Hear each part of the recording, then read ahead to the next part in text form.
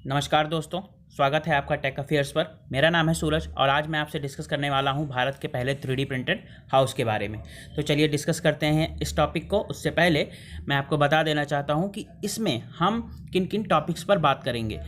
इसमें मैं आपको बताऊंगा कि यह टेक्नोलॉजी किस तरीके से काम करती है, आखिर क्या है यह तकनीकी, साथ ही साथ क्या इसके फ़ायदे हैं, क्या इसके नुकसान हैं और क्या ये प्रधानमंत्री के हाउसिंग फॉर ऑल मिशंस को पूरा कर पाती है।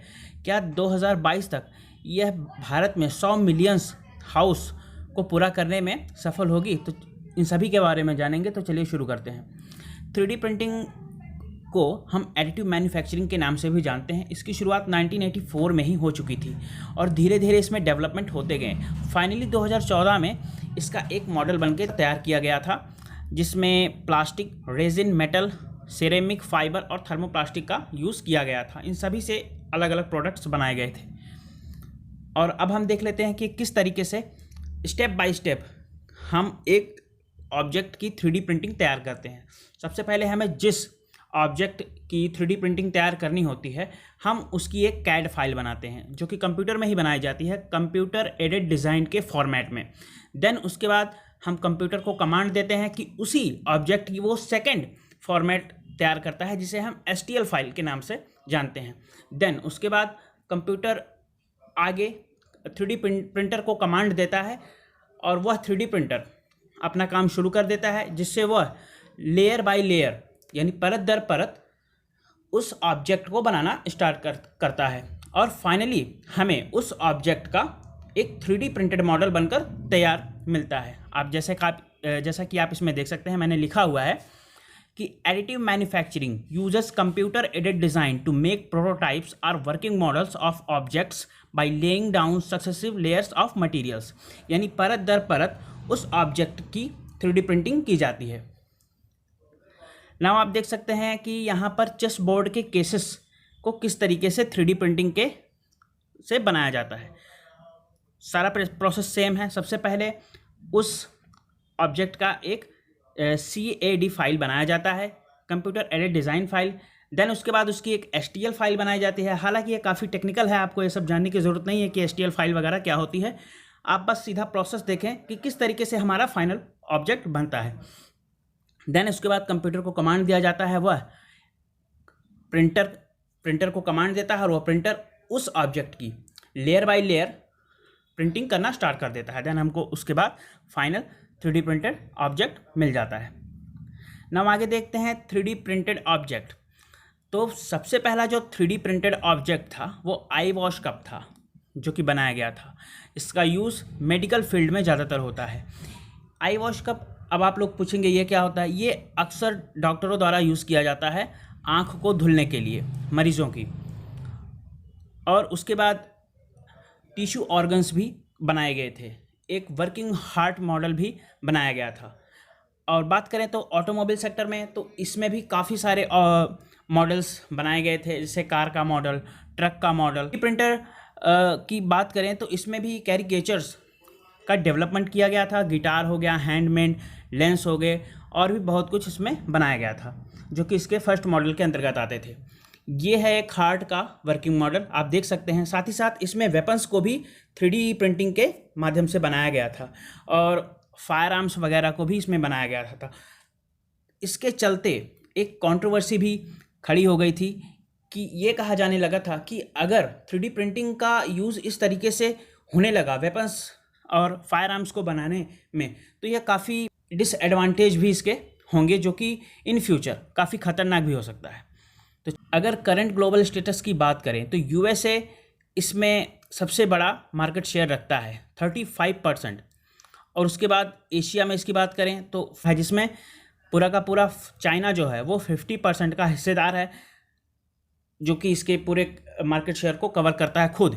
उसके बाद जापान 30% के साथ, साउथ कोरिया 10% के साथ। अगर इंडिया की बात करें तो अभी तक इसने 3D प्रिंटिंग पर कोई पॉलिसी नहीं इंट्रोड्यूस करी है, लेकिन अभी पिछले कुछ महीनों में यानी दिसंबर 14, 2020 में गवर्नमेंट ऑफ इंडिया ने 3D प्रिंटिंग पॉलिसी को इंट्रोड्यूस किया। कंक्रीट 3D प्रिंटिंग, मान लीजिए हमें जैसे बड़े घर बनाने हैं या फिर कोई भी बड़ा ऑब्जेक्ट बनाना है, मजबूत बड़ा ऑब्जेक्ट, तो उसमें हम नॉर्मल प्रिंटिंग का यूज़ नहीं कर सकते। इसमें मटेरियल डिफरेंट यूज़ किया जाता है, इसके लिए स्पेशलाइज्ड मटेरियल होते हैं। 3D printing is a automated manufacturing method that construct 3 dimensional real life structure at all realisable scale. और आप यहाँ पे देख सकते हैं कि उसी 3D प्रिंटेड यानी कॉन्क्रीट 3D प्रिंटिंग का यूज़ करके किस तरीके से एक वर्किंग मॉडल बनाया गया है, जो कि पहले भी बनाया जा चुका है। तो concrete is deposit join or solidified under computer control to create a 3 dimensional object, जो कि वेस्ट मटेरियल्स का यूज करके बनाया जाता है। उनका भी यूज़ कर सकते हैं ताकि हम अपने इन्वायरमेंट को और भी सेव कर सकें।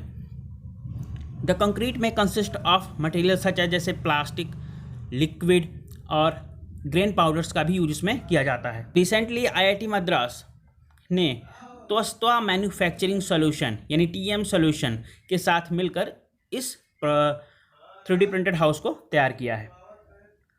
त्वस्त्वा सॉल्यूशन ने हैबिटेट फॉर ह्यूमैनिटी, जो कि एक US बेस्ड गैर सरकारी संस्थान है, उसके साथ मिलकर इस पूरे घर को बनाया है। आशा इंक्यूबेटर के साथ भी इसने अपना तैयारी की थी। और the ministry of housing and urban affairs at IIT Madras, Bharat की जो फाइनेंस मिनिस्टर हैं निर्मला सीतारमण, जिन्होंने इसे वर्चुअली इनॉग्रेट किया था। सिंगल माला रहेगा और इसमें फंक्शनल स्पेस जो है वो 600 स्क्वायर फीट का दिया गया है। और साथ ही साथ इसमें एक सिंगल बेडरूम भी है, एक हॉल है जहाँ पर आप बैठ सकते हैं, और एक किचन भी है। यानी अगर आसान शब्दों में कहें तो ये एक 1 BHK का हाउस है। और अब देख लेते हैं इसकी कंक्रीट 3D प्रिंटिंग के एडवांटेज क्या हैं। यह कार्बन फुट प्रिंटिंग को भी काफ़ी रिड्यूस करता है। यह निर्भर करता है कि हम इस कंक्रीट 3D प्रिंटिंग में किस तरीके का मटेरियल यूज़ करते हैं। और साथ ही साथ यह ग्रीन बिल्डिंग को बनाने में भी काफ़ी सस्टेनेबल है। और इंडस्ट्रियल वेस्ट, जैसा कि मैंने आपको बताया था कि इंडस्ट्रियल वेस्ट का भी यूज़ करके हम एक 3D प्रिंटिंग मॉडल तैयार कर सकते हैं, concrete based 3D printing model. और अब इसकी कॉस्ट की बात करें तो ये काफ़ी कम है, 30% कम है कंपेयर टू हमारे ट्रेडिशनल तरीके से, कि जैसे हम वर्कर्स को बुलाकर एक घर तैयार करते हैं। बात करें इस घर की, तो इस घर को बनाने में पूरा टोटल टाइम जो था वो 4 से 5 दिन का लगा था, जो कि काफ़ी कम है। और ये काफ़ी सस्टेनेबल हाउस भी है। बताया जा रहा है कि यह घर बनने के बाद एकदम नॉर्मल हाउस की तरह है, इसमें कोई दिक्कत नहीं है। अगले 50 सालों तक ये अच्छे तरीके से चल सकता है। PM गोल्स यानी जो प्रधानमंत्री का जो मिशन है हाउसिंग फॉर ऑल बाय 2020 यानी 2022 तक, क्या यह तकनीकी उस मिशन को पूरा करने में सफल हो सकती है? तो अगर देखा जाए कि इसी रफ्तार से अगर हाउसेस को बनाती है तो संभव है कि यह प्रधानमंत्री के हाउसिंग फॉर ऑल मिशन को पूरा कर सकती है, यानी 100 मिलियन हाउसेस को बना सकती है। साथ ही साथ जो लोग अभी इस समय कच्चा घरों में रह रहे हैं या जिनके पास घर भी नहीं है, उनको भी घर प्रोवाइड करवा सकती है। और ये भारत की एबिलिटीज़ को भी दर्शा सकती है ऑल ओवर वर्ल्ड। और अगर हम बात करें इसके वेरियस फील्ड की, तो ये additive manufacturing of food, manufacturing car, truck, medical devices, health care और health organs and almost every field, यानी इन सभी क्षेत्रों में इस 3D प्रिंटिंग का यूज़ करके हम ऐसी चीज़ों को बना सकते हैं जो कि काफ़ी ईजिली प्रोवाइड हो सकती हैं। अब इसके डिसएडवांटेज क्या हैं?